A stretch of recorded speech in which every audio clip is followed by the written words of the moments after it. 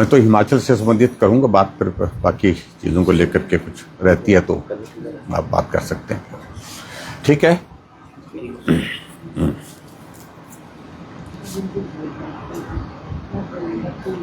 मित्रों, आप सबका स्वागत है और ये एक तरह का अनौपचारिक रूप से हमारा मिलना हो रहा है। हिमाचल प्रदेश में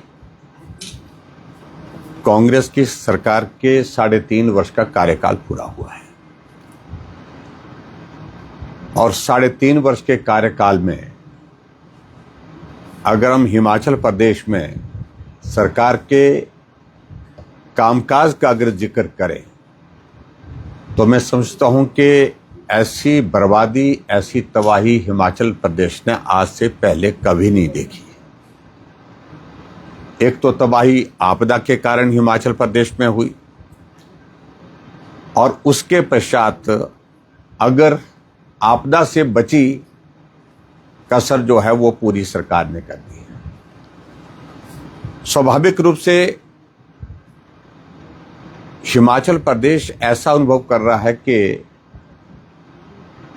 कांग्रेस की 3.5 वर्ष की कार्यकाल में हिमाचल लगभग 3 दशक पीछे चला गया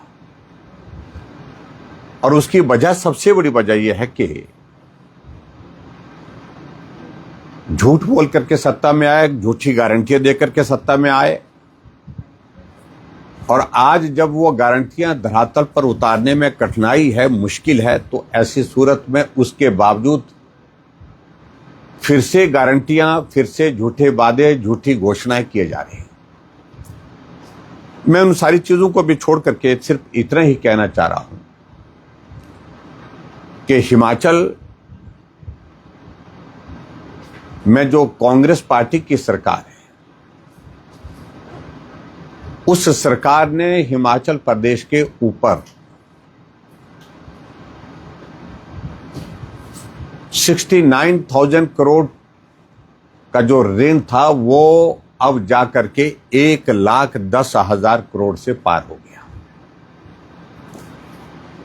और ऐसी स्थिति हिमाचल प्रदेश में बन गई जब सरकार के पास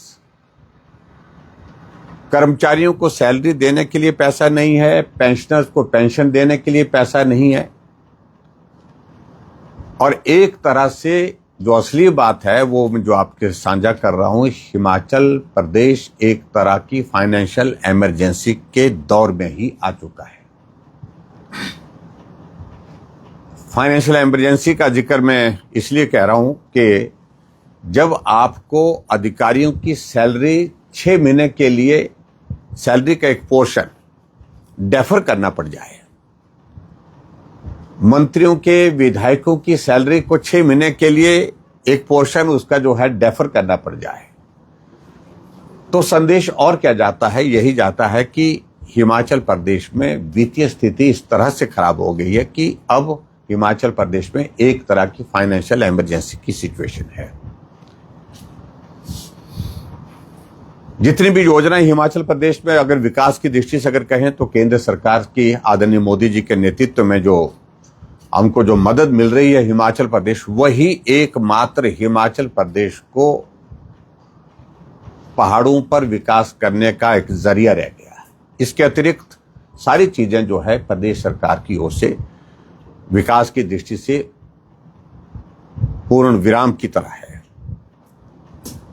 अब की बार जो बजट पेश किया हिमाचल प्रदेश में, और उस बजट में आप लोगों ने देखा होगा कि पिछली साल का बजट 58,000 करोड़ का था और अब की बार का बजट जो है 54,000 करोड़ से भी नीचे रहा। यानी कि हमेशा जब से हिमाचल बना है बजट बढ़ता जाता है और जबकि अब की बार पहले हिमाचल के इतिहास में पहली बार हुआ कि बजट जो है लगभग 4,000 करोड़ रुपए कम हो गया। और हैरानी की बात इस बात को लेकर के कि मुख्यमंत्री पहले दिन से एक ही बात कहते हैं कि अगर हम काम नहीं कर पा रहे हैं तो केंद्र सरकार की वजह से नहीं कर पा रहे हैं। एक शोर आजकल ये डाला जा रहा है कि जो रेवेन्यू डेफिसिट ग्रांट RDG जो मिलती थी 17 राज्यों को मिलती थी हम पूरे देश के अंदर, और रेवेन्यू डेफिसिट ग्रांट का कॉन्सेप्ट सीधा है कि जो आपकी आय और व्यय के बीच में जो खर्च रहता है, जो गैप रहता है, उसको थोड़ा ब्रिज करने के लिए केंद्र मदद करता था। लेकिन 12वें वित्त आयोग, 13वें वित्त आयोग के बाद केंद्र ने लगातार इस बात के लिए आग्रह किया प्रदेश सरकारों के समक्ष कि आप अपने रेवेन्यू के रिसोर्सेज जनरेट करिए, खर्चे कम करिए, और रेवेन्यू डेफिसिट ग्रांट जो है you can't take it for granted कि भी आपको मिलेगा ही मिलेगा, इसलिए आप जो है इसको कम करें। लेकिन नहीं किया। 6 सीपीएस बना दिए कैबिनेट दर्जे के साथ, जो कॉन्स्टिट्यूशनल वायलेशन है, कॉन्स्टिट्यूशनल प्रोविजंस की वायलेशन है। और अल्टीमेटली वो 2.5 साल तक दंदनाते रहे, 3 साल तक दंदनाते रहे लगभग, और उसके बाद हाई कोर्ट और सुप्रीम कोर्ट से उनको हटाने पड़े। लेकिन खर्चा किसका हुआ? प्रदेश सरकार का हुआ। आज हिमाचल प्रदेश में 90 से ज्यादा, लगभग 100 के लगभग advocate, additional advocate, deputy advocate general, इतना नंबर कभी नहीं रहा। 40 आउटर लिमिट रही हिमाचल प्रदेश में advocate, deputy advocate, additional advocate general की। लेकिन उसके बावजूद अभी लगभग 100 के करीब हैं, और अभी भी केस लड़ने के लिए दिल्ली से वकील ला करके एक एक पेशी का 1-1 करोड़ रुपए खर्च किया जा रहा है। सीपीएस के एक पेशी के लिए 1.5 करोड़ रुपए फीस एक दिन की देगी, एक पेशी की। आप अंदाजा लगाइए, उनकी कुर्सी बचाने के लिए। चेयरमैन, वाइस चेयरमैन, जिनको 30,000 रुपए हिमाचल प्रदेश में हम ऑनरेरियम देते थे, उनका ऑनरेरियम बढ़ा करके 1.5 लाख रुपए कर दिया। तो ऐसी विजनलेस गवर्नमेंट हिमाचल प्रदेश ने कभी नहीं देखी, जिसके कारण हिमाचल प्रदेश की स्थिति बहुत खराब हो गई है। और जो गारंटी की बात जो हिमाचल प्रदेश में जो लोगों ने अनुभव की, 5 लाख नौकरी 5 साल में कही थी, 1 लाख नौकरी कैबिनेट की पहली बैठक में निकालने की बातें कही थी, 300 यूनिट बिजली फ्री देने की बात कही थी, और उसके बाद हिमाचल प्रदेश में दूध के रेट जो है वो उसको बढ़ाने की बातें कही थी। बहुत सारी चीज़ों को लेकर के जो गारंटीज दी थी उन्हें, वो सारी की सारी गारंटियां अभी तक धरी की धरी है। लेकिन विचित्र बात है कि मुख्यमंत्री हिमाचल प्रदेश के निर्लज्ज होकर के सदन के अंदर, विधानसभा के अंदर झूठ बोलते हैं, विधानसभा के बाहर झूठ बोलते हैं, और देश के दूसरे राज्यों में जाकर के अभी कैंपेन, जहां जिन राज्यों में चुनाव लगे हैं वहां जाकर के भी कहा कि हिमाचल प्रदेश में 10 गारंटियां पूरी हो गई। महिलाओं को जिसमें 1500 रुपए देने की गारंटी दी थी, वो भी, उसका भी जिक्र किया कि वो भी पूरी हो गई। तो इस प्रकार से ऐसा नेतृत्व तो हिमाचल प्रदेश को, या ऐसी सरकार हिमाचल प्रदेश को कभी नहीं मिली। और जिस सरकार में ना कोई कोऑर्डिनेशन है, और खासतौर से अगर मैं लीडरशिप की, अगर हिमाचल प्रदेश की बात कहूं कि आप देखेंगे छोटे से कार्यकाल में, 1 साल के कार्यकाल जब उनका हुआ था, तो बगावत हो गई नेतृत्व के खिलाफ, और मुख्यमंत्री के खिलाफ बगावत का परिणाम यह हुआ 6 विधायक कांग्रेस पार्टी के छोड़ करके भाजपा में शामिल हुए, छोड़ दिया उन्हें।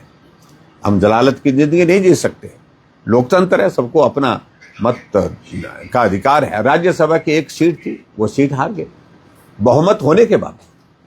तो ये स्थिति हिमाचल प्रदेश की वर्तमान सरकार की है। और अभी जो फाइनेंस सेक्रेटरी है, उनकी जो प्रेजेंटेशन जो ऑल पार्टी मीटिंग में जो दी गई, प्रदेश की आर्थिक स्थिति खराब है, इस बात को लेकर के हमें भी बुलाया गया, तो उसमें उन्होंने बड़ा साफ कहा कि आने वाले समय में कर्मचारियों को सैलरी देना मुश्किल हो गया, पेंशन देना मुश्किल होगा, डीए जो पेंडिंग है वो देना मुश्किल हो गया, एरियर देना मुश्किल हो गया, सब्सिडी जो जितनी हिमाचल प्रदेश में दी जाती है, चाहे वो राशन पर सब्सिडी मिलती है, बिजली पर सब्सिडी मिलती है, पानी पर सब्सिडी मिलती है, चाहे दूसरी चीज़ों पर मिलती है, सारी की HRTC में मिलती है, तो सारी की सारी बंद करनी पड़ेगी, ये भी उन्होंने कहा। और हिमाचल प्रदेश में विकास के लिए हमारे पास कोई पैसा अब नहीं होगा, नौकरियों पर पूर्ण विराम लगाना पड़ेगा। ये फाइनेंस सेक्रेटरी की प्रेजेंटेशन ऑल पार्टी मीटिंग में हुई। तो ये एक स्थिति हिमाचल के बारे में जो है, मुझे लगता है कि आप सबके माध्यम से पूरे देश भर में जानी चाहिए, जा ही रही है आप सबके माध्यम से, मीडिया के माध्यम से। और हिमाचल प्रदेश में इन दिनों पंचायती राज और लोकल सेल्फ गवर्नमेंट के चुनाव होने की का शेड्यूल जो है वो पंचायत का आने वाला है, लोकल सेल्फ गवर्नमेंट का, यानी कि हमारे कॉरपोरेशन और नगर परिषद, नगर पंचायतों का जारी हो गया। और उस चुनाव को जो नवंबर के महीने में होना था हिमाचल प्रदेश में, चुनाव डिले कराए जानबूझ करके, और अल्टीमेटली हाई कोर्ट में हम गए, गवर्नमेंट हारी, सुप्रीम कोर्ट में गए, गवर्नमेंट हारी। अल्टीमेटली सुप्रीम कोर्ट के आदेश के मुताबिक 31 मई से पहले चुनाव कराने के लिए आदेश हुआ है, तब जाकर के हिमाचल प्रदेश में चुनाव हुए। तो ऐसी विचित्र परिस्थिति हिमाचल प्रदेश की आज की तारीख में है। कुछ बातों का मैंने जिक्र किया है और मुझे सिर्फ इतना ही कहना है कि जहां आदरणीय प्रधानमंत्री नरेंद्र मोदी जी के नेतृत्व में हिमाचल प्रदेश को मदद मिल रही है, लगातार मदद मिल रही है, और उनके ही माध्यम से, उनके ही आशीर्वाद से हिमाचल प्रदेश में विकास के कार्य हमारे चल रहे हैं, उनका हम आभार व्यक्त करते हैं।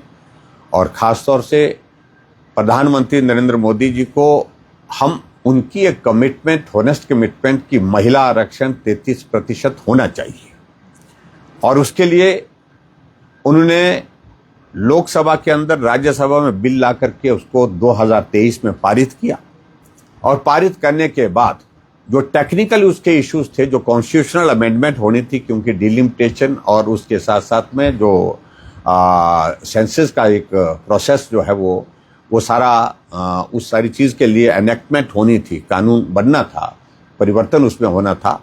उस दृष्टि से जब उस बिल को लोकसभा के अंदर लाया, विशेष सत्र का आयोजन किया 16, 17, 18 अप्रैल को, और इस बात को लेकर के मुझे सचमुच में खेद है कि कांग्रेस का और कांग्रेस के सहयोगी दलों का चेहरा बेनकाब हो गया कि जहां 2023 में उन्होंने कहा था कि ये बिल पारित जो किया है उसमें हमारा सहयोग होगा, इसको तुरंत लागू करें।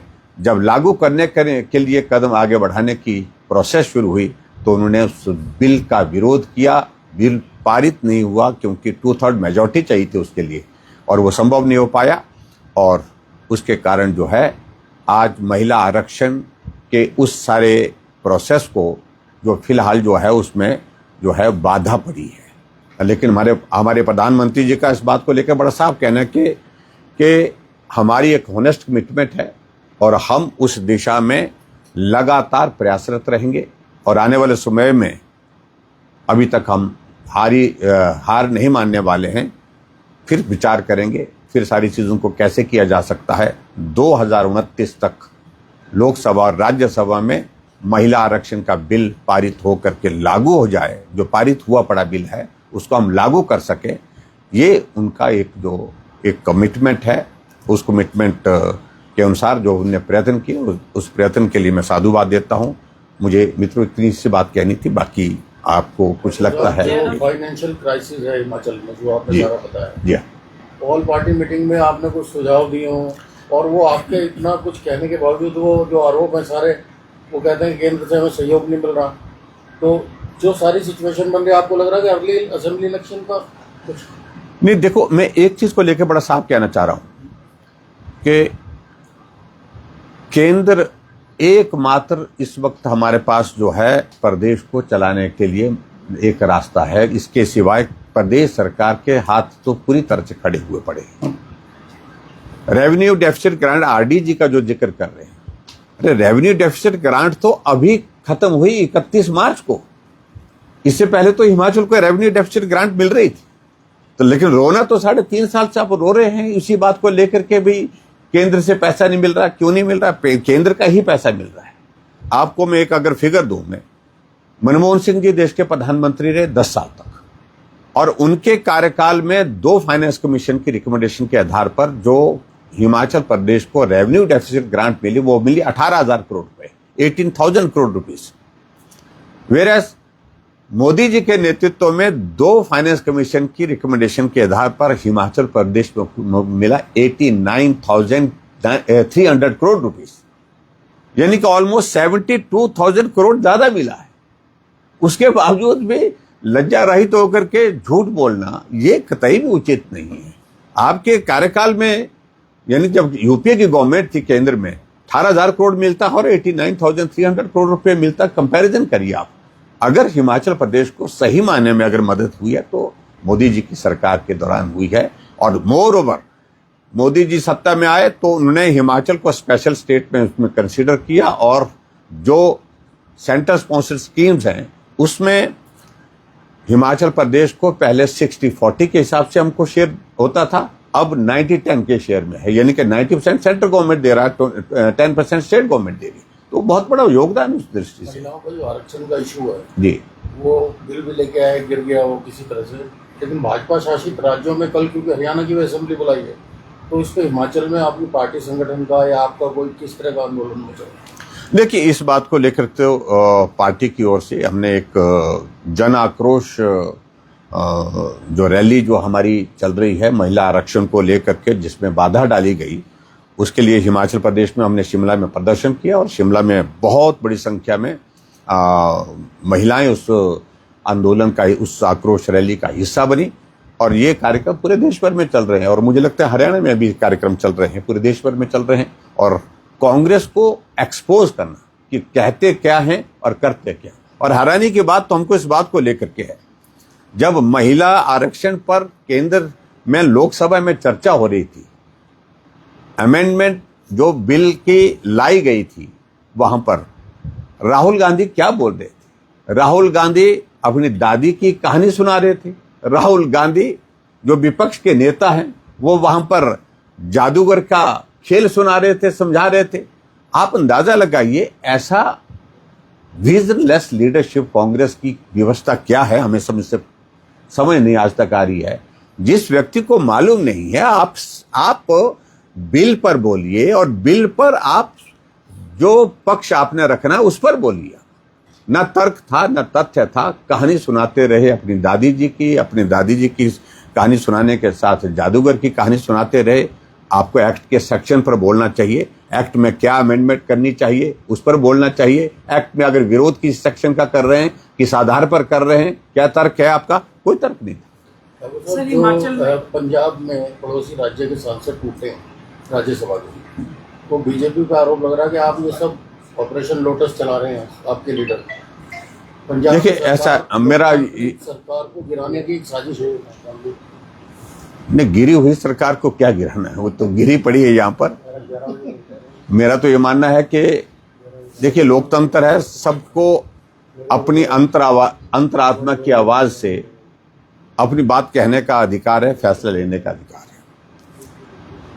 अगर ये यहाँ पंजाब में अगर ये सांसद टूटे तो स्वाभाविक रूप से लीडरशिप पर प्रश्न चिन्ह बहुत लंबे समय से खड़ा था और आखिरकार उस नेतृत्व को स्वीकार करना उनके लिए संभव नहीं था। और उन्होंने कहा कि दिल की आवाज, अंतरात्मा की आवाज के साथ हम बाहर निकले हैं और सोच समझ करके निकले। कोई ऑपरेशन लोटस नहीं। उनका मन किया कि हम अब छोड़ करके जा रहे हैं। जैसे हिमाचल प्रदेश में 6 विधायकों ने कहा कि हम छोड़ करके जा रहे हैं तो जा रहे हैं। और उसके बाद उन्होंने कहा हमारी सदस्यता विधानसभा की जाती है तो भी परवाह नहीं, लेकिन इस नेतृत्व को स्वीकार नहीं करेंगे। इस सरकार में रहना हमारे लिए संभव नहीं है। तो इसलिए यहाँ का जो फैसला है, मुझे सिर्फ इतना करी, कोई लोटस ऑपरेशन का कोई विषय ही नहीं है। एक लोकतंत्र में अपनी आवाज के साथ, अंतरात्मा की आवाज के साथ वो साथी आगे बढ़े। जयराम जी, आपने जिक्र किया फाइनेंशियल इमरजेंसी का, कई संस्थान जो है पीछे बंद होने के भी मामले सामने आए हैं। और अब जिस तरीके से चर्चाएं हैं कि कांग्रेस के जो विधायक हैं वो अपने हलके में भी अब सीएम को बुलाने से कतरा रहे हैं कि कहीं वो आए और कोई संस्थान होना। आपको लगता है कि ये जो फाइनेंशियल इमरजेंसी है, it is diverting to political emergency also? हाँ, डेफिनेटली उस दिशा में ही चीजें आगे बढ़ रही हैं। एक तरह की स्थिति ये हो गई कि मोर देन 2000 इंस्टीट्यूशंस जो बजटेड इंस्टीट्यूशंस थे, फंक्शनल इंस्टीट्यूशंस थे, वो बंद किए हिमाचल प्रदेश में कि जरूरत नहीं है। अब जरूरत लोगों के बीच में जाकर के मालूम करें कि, क्योंकि संस्थान जो भी खोले गए थे, मैंने खोले थे, पूर्व की कांग्रेस की सरकार ने खोले थे और लोगों के कहने पर खोले थे, जनप्रतिनिधियों के कहने पर खोले थे, तो आवश्यकता थी।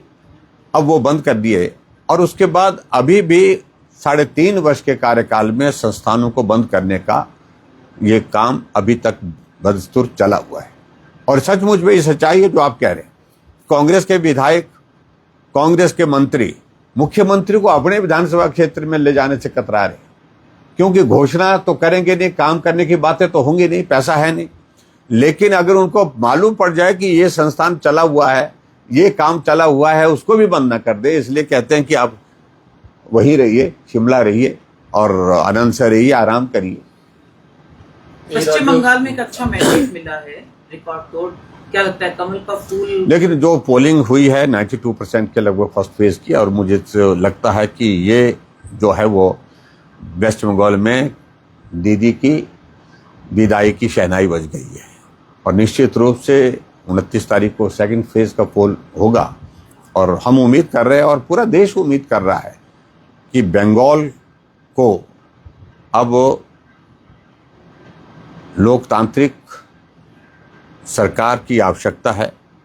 जिस प्रकार की वहाँ पर सरकार रही है, लोकतंत्र भी समाप्त हो गया था, विकास में पूर्ण विराम, और ख़ास तौर से एक तरह का जो उम्मीद नहीं की जाती है। हम बहनों के प्रति बहुत बड़ा सम्मान रखते हैं, लेकिन जिस तरह से वहाँ पर लोगों की हत्याओं के साथ वहाँ पर घटनाएं हो रही हैं, कानून व्यवस्था की नाम की कोई चीज़ नहीं रही, उससे लोग निजात चाहते हैं। सर, डीलिमिटेशन और वुमेन रिजर्वेशन की जैसे बात हुई, उसमें कांग्रेस ने बड़ी स्ट्रांगली अपने 2 पॉइंट्स रखे हैं। पहला पॉइंट ये कि ये जो बिल है वुमेन रिजर्वेशन का, ये 2023 में सर्वसम्मति से हो चुका है और भाजपा जो है मूड बना रही है लोगों का। दूसरा पॉइंट ये रखा कि अगर रिजर्वेशन देनी ही है तो अभी फिलहाल में प्रेजेंटली जो लोकसभा सीट्स हैं वुमेन्स को, उसी में ही रिजर्वेशन दी जाए। देखिए, इस बात को लेकर के मैं समझता हूँ ये तर्क नहीं है, कुतर्क है ये उनका। सच्चाई ये है कि जब देश आज़ाद हुआ तो उस वक्त 54 करोड़ की पॉपुलेशन थी, आज 140 करोड़ की पॉपुलेशन है। स्वाभाविक रूप से लोग बहुत लंबे समय से इंतज़ार कर रहे हैं कि नंबर ऑफ सीट्स जो है वो जिस तरह से उसमें पॉपुलेशन की ग्रोथ हुई है, पॉपुलेशन बढ़ी है, उसमें अच्छा रिप्रेजेंटेशन लोगों को मिले, छोटे उसमें यूनिट्स बने, यानी कि असेंबली बने और छोटी हमारी पार्लियामेंट बने, सीट्स बने, तो अच्छी तरह से काम किया जा सकता है। और यहाँ ऐसी भी कॉन्स्टिट्यूंसी है जहाँ 25-25 लाख वोट है, तो अंदाजा आप लगा ही सकते हैं कि एक सांसद जो है उसके लिए बहुत कठिन होता है। इसलिए केंद्र सरकार का एक मत था कि आरक्षण महिलाओं के लिए होना चाहिए, ये पहली बात है। लेकिन आरक्षण के कारण प्रभावित हमारा दूसरा सेक्शन भी ना हो, इस बात को सुनिश्चित करने के लिए उन्होंने तय किया कि नंबर ऑफ सीट्स बढ़ाते हैं, और नंबर ऑफ सीट्स बढ़ने के बाद वो सारी चीज़ों को लेकर के एक बैलेंस बनेगा। तो मुझे लगता है कि उस तरह से गलत कुछ नहीं किया गया। और दूसरी बात, उसमें जो एक्ट लाया गया था, वो एक्ट में बेसिक बात ये थी कि डिलिमिटेशन का प्रोसेस अभी तक एक्ट के प्रोविजन के मुताबिक ये है कि पहले सेंसस होगी, उसके बाद डिलिमिटेशन होगी। अब इन दोनों चीज़ों को अलग करें, क्योंकि अगर हम अभी सेंसस करते हैं और उसके बाद डिलिमिटेशन के प्रोसेस को जाते हैं तो इट विल टेक टाइम। तो 2029 तक एक जो कमिटमेंट है, जो बिल पारित लोकसभा में हुआ पड़ा है, उसको लागू करना मुश्किल होगा। तो इसलिए तय किया कि भाई उसको लागू करने में कठिनाई आ रही, तो इसलिए डिलिमिटेशन हम पहले कर लेते हैं और उसके बाद सेंसस का प्रोसेस आगे चलता रहेगा। तो उससे सारी चीज़ को लेकर के किया गया था, लेकिन अनावश्यक रूप से अब कभी वो यही कहते हैं कि एग्जिस्टिंग में करिए, कभी उनने तर्क, उसके बाद तर्क डाला उसमें कि भाई इसमें जो कास्ट सेंसस का अभी तक हमारे पास डाटा नहीं है, तो उसके आधार पर जो है वो भी होना चाहिए। तो बात में कोई भी अर्थ नहीं था, सिर्फ और सिर्फ एकमात्र लक्ष्य था इस बिल को रोकना। बीजेपी को देश के अंदर सत्ता में तीसरी बार आने से रोक नहीं पाई। मोदी जी को प्रधानमंत्री रोकना चाहते थे, नहीं रोक पाई। देश के आज 21 राज्यों में भारतीय जनता पार्टी एनडीए की सरकार है, उसको रोक नहीं पाए। उनको लगता था कि रोकने वाली चीज एक ही है, यहाँ 2/3 मेजोरिटी चाहिए, और 2/3 मेजोरिटी इनके पास नहीं है, तो इसलिए यहाँ रोकने का काम किया जाए, सिर्फ रोकने के लिए रोका गया। सर, 2 दिन पहले यहाँ पंचकुला में बीजेपी की सांसद ने पूर्व सीएम हरियाणा के भजनलाल को बदमाश बताया, तो इस तरह की बयानबाजी को आप किस तरह से देखते हैं? देखो, ये हरियाणा के परिप्रेक्ष्य में क्या बात कही है, और इस सारी चीज को लेकर के मुझे तो ज्यादा मुख्यमंत्री रहे हैं, पूर्व मुख्यमंत्री हैं, दिवंगत है, स्वर्गीय, तो इस बात पे काफी बवाल हो रहे हैं कि एक सांसद को जो है मर्यादित भाषा का प्रयोग करना चाहिए। बिल्कुल मर्यादित भाषा का इस्तेमाल होना क्योंकि उनके एक बेटे बीजेपी में भी फिलहाल हैं। कुलदीप ईश्वर। नहीं, मैं इस बात को, चाहे राजनीति में है, राजनीति नहीं भी है, तो मर्यादित भाषा सबके लिए आवश्यक है। So thank you very much, please, thank you.